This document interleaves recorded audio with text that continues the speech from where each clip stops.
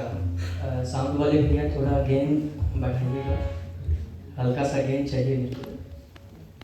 Hello hello hello hello hello hello.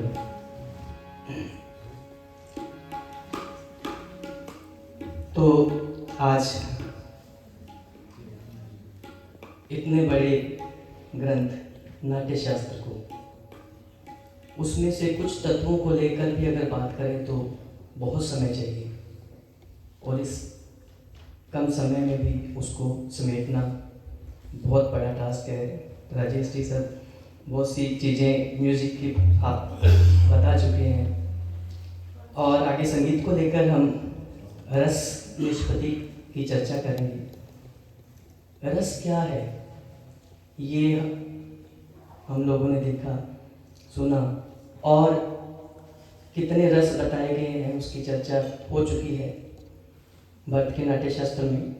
ये नाट्यशास्त्र हजारों वर्षों से हमारे बीच में हम पढ़ते आ रहे हैं, सुनते आ रहे हैं, देखते आ रहे हैं। वो एक विचारधारा है जो कि भरत मुनि जी ने बताई है, कही है। वो विचारधारा एक नाट्य को लेकर नहीं है, क्योंकि उसमें संगीत के तत्व भी हैं। उन्होंने संगीत की बात क्यों कही है, नाट्य को लेकर संगीत की बात को समाहित क्यों किया उन्होंने, उसमें नृत्य भी है, स्वरों की बात की गई है, उसमें वाद्य यंत्रों की बात की गई है, शास्त्रीय संगीत की बात की गई है उसमें।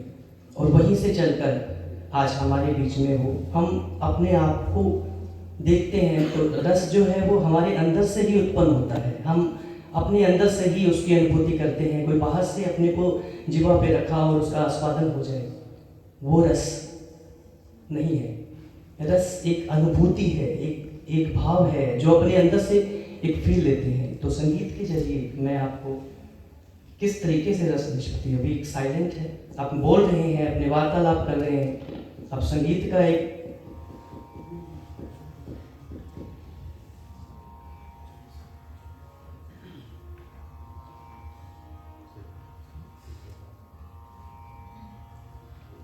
आप तानपुरा सुन रहे हैं।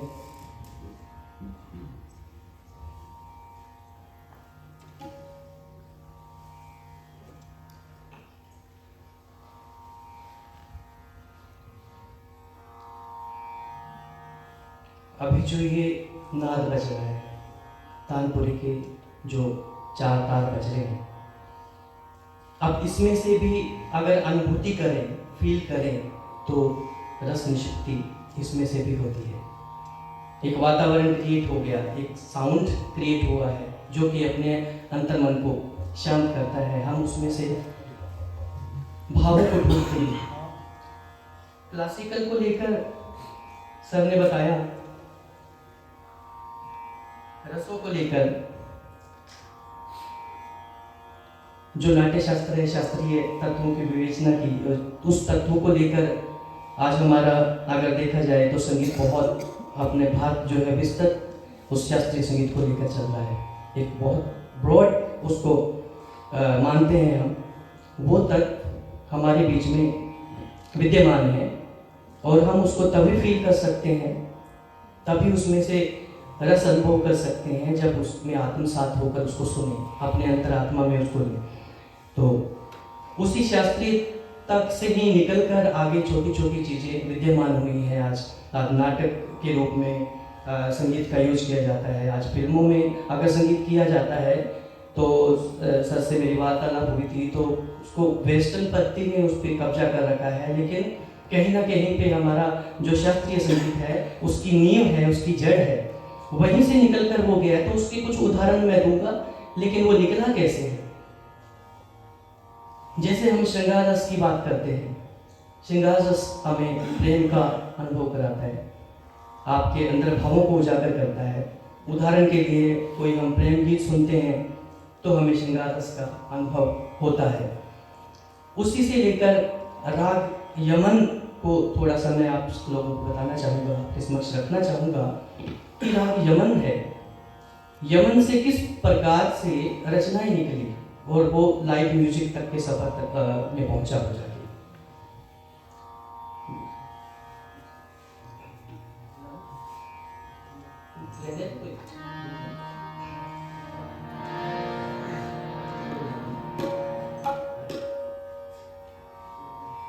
आप देख लो थोड़ा सा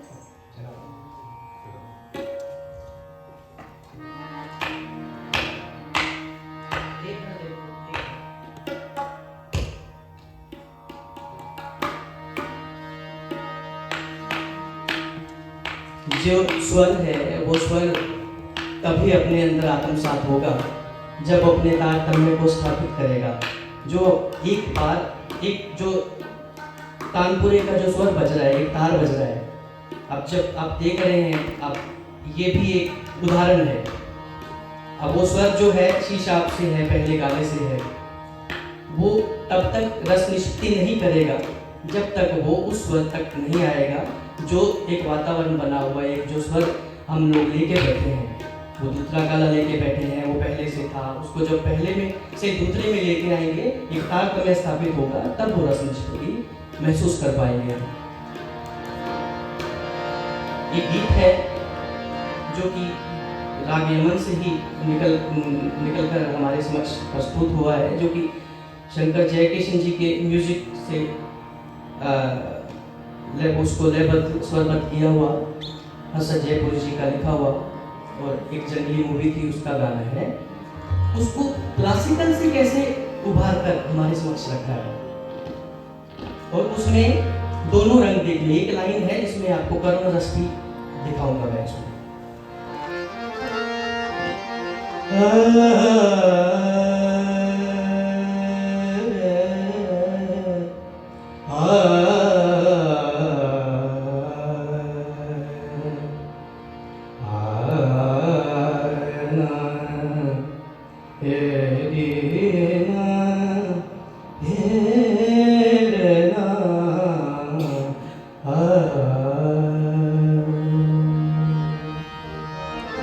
स्वरों की बात करें,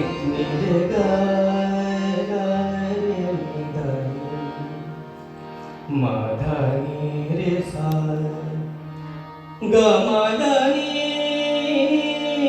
पा रे गा रे सा। एहसान तेरा होगा मुझ पर। बिना लय के, जब स्वर और लय की बात होती है, बिना लय के कैसे चलेगा और लय के साथ कैसे चलेगा, और आपको एक फील होगा, आप अंतर मन से उस फील तक जाएंगे। अगर अनुभूति होगी तो मेरे को जरूर बताइएगा। एहसान तेरा होगा मुझ पर, दिल चाहता है वो कहने दो, मुझे तुमसे मोहब्बत हो गई है, मुझे पलकों की छाँव में रहने दो। ताल के साथ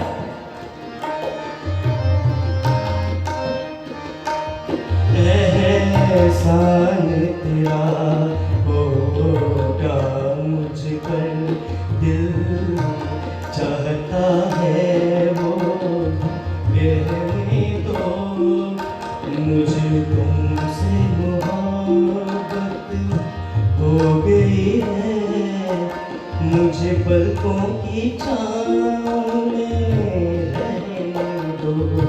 एहसान तेरा होगा मुझ पर।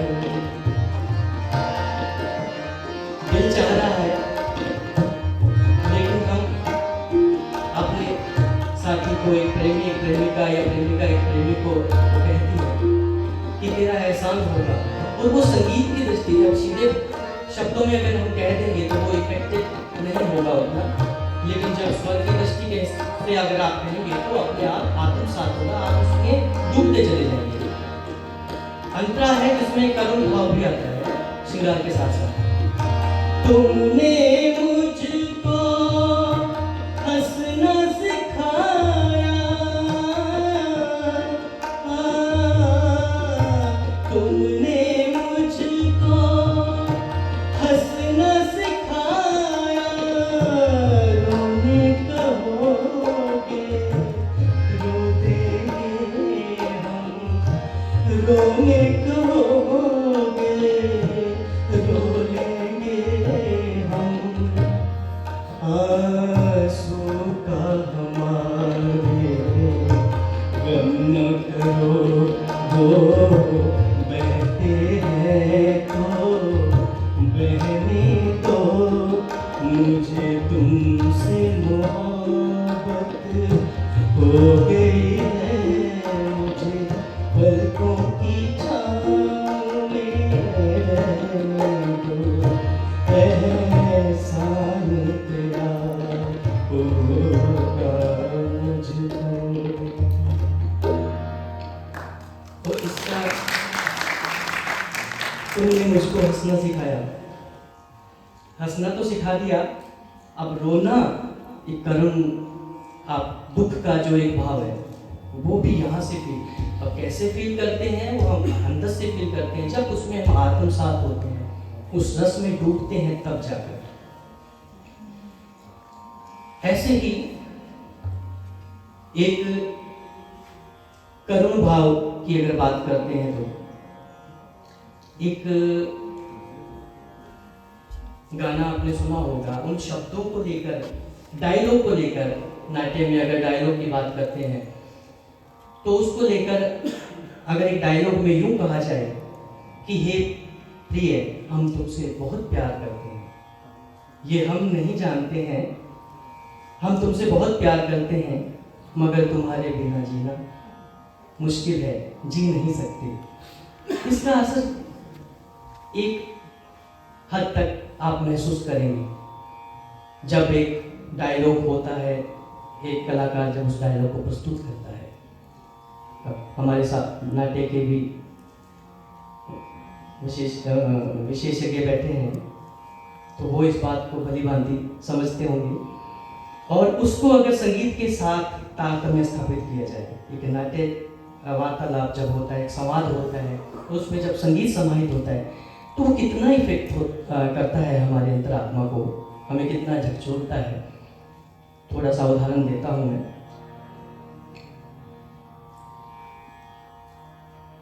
और उसके बाद ये करुण रस किस प्रकार भावनात्मक रूप से उभर कर आता है।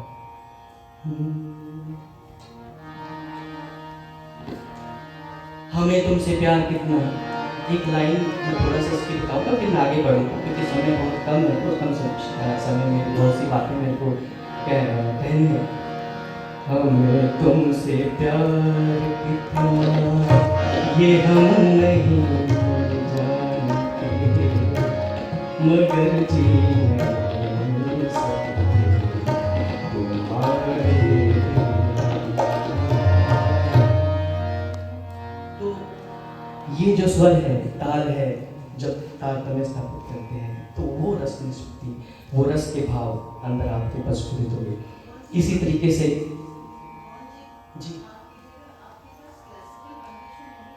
जी है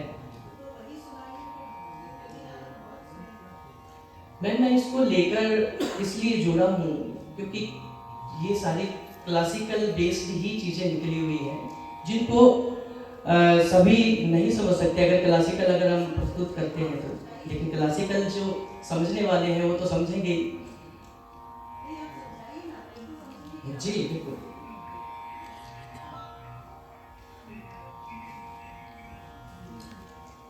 तो ये भाव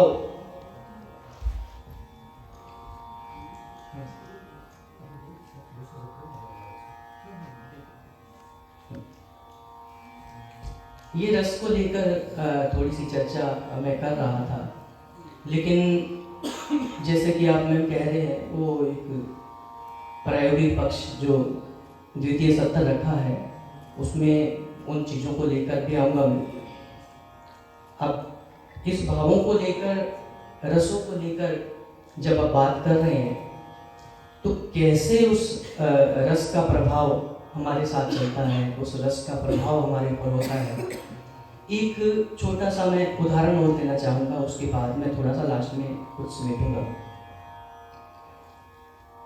कभी कभी क्या होता है, हमारा मन दुखी होता है, जब हम परेशान होते हैं, जब मन किसी बात को लेकर दुख के उस रस में डूबे हुए हैं हम, तो क्या करते हैं हम? बहुत से लोग ऐसे ही करते हैं, सैड सॉन्ग सुनते हैं और करुण रस की जो रचनाएं हैं वो ज़्यादा सुनते हैं। तो मेरे ख्याल में वो रचनाएं न सुनकर अगर उस समय उस अवसाद से निकलना है हमें, तो हमें श्रृंगार रस की, वीर रस की रचनाएं हमें सुननी चाहिए। जब वो सुनेंगे तो हमारे अंदर एक परिवर्तन होगा, जो हम करुण से निकलकर एक श्रृंगार रस में जाएंगे, एक वीर रस में जाएंगे और हमारे अंदर एक अंदर के भाव जो हैं वो परिवर्तित रूप से बाहर आएंगे और हमें उस चीज़ से निजात मिलेगी।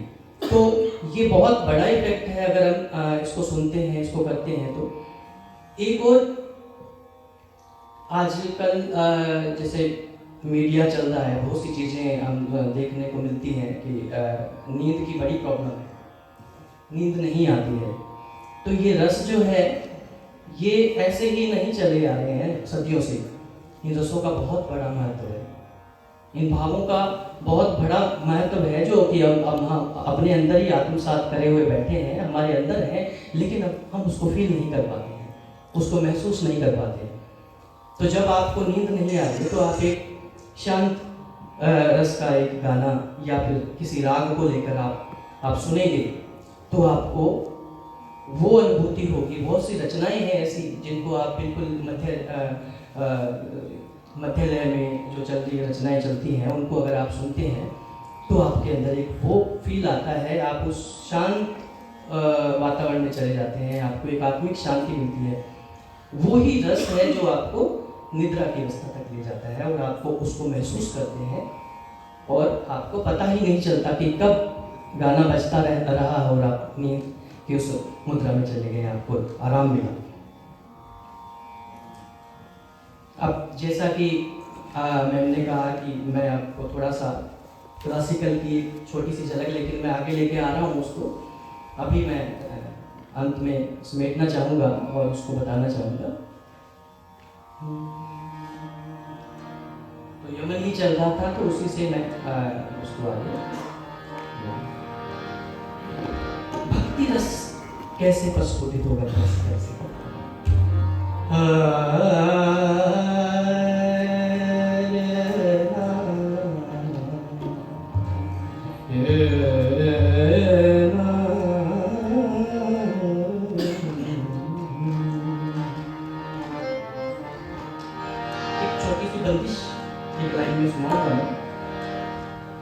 कैसे क्लासिकल निकल के हमारे बीच में आया हुआ है, हम उसको महसूस नहीं करते हैं। आज की युवा पीढ़ी अगर मेरे ख्याल में शास्त्रीय संगीत को अगर सुने तो बहुत कुछ आपको मिलेगा उसमें। ये रस, ये भाव, विभाव सब आप उसके अंदर से ही महसूस करेंगे। कर्म करो करतार कि किस तरीके से अपने उससे जुड़ते हैं। कर्म करो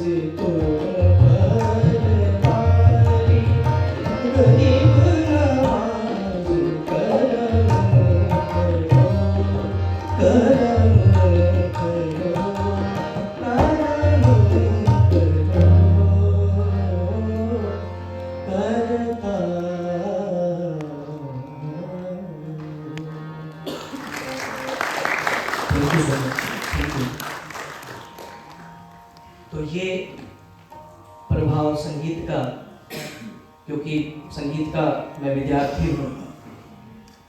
अभी बहुत कुछ सीखना है, चल रहे हैं उस पथ पर, वो सीखते जा रहे हैं। तो संगीत की बात करना जरूरी था।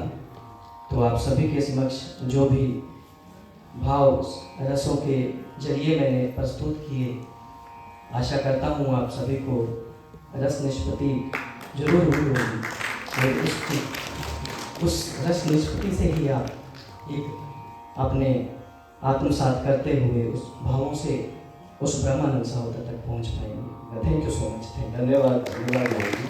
आपने बहुत ही प्रायोगिक रूप में संगीत के इस रस का अनुभव हमें कराया, और जैसा कि भरत मुनि के नाम में ही छुपा है, भाव, रस और ताल, तीनों का समन्वय भरत है। और उसी भरत के ताल पक्ष पे एक और